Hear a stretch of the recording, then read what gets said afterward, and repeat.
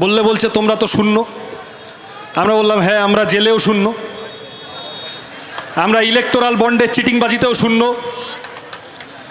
আমাদের নেতাগুলো এত বছর এমপি এমএলএ মন্ত্রী শান্ত্রী হয়েছিল, পাঞ্জাবিতে কালো দাগের প্রশ্নেও সবাই শূন্য। যত দিন যাবে যারা ঢাল তরোয়াল ভুরি ভুরি আছে তারা বিভিন্ন অন্যান্য ইস্যু যা রাজনীতিবিদদের কথা বলার বিষয় হতে পারে না, রাজনীতিবিদের কাজ ইল্লিগাল কনস্ট্রাকশন বানিয়ে সেখান থেকে টাকা মারা হতে পারে না,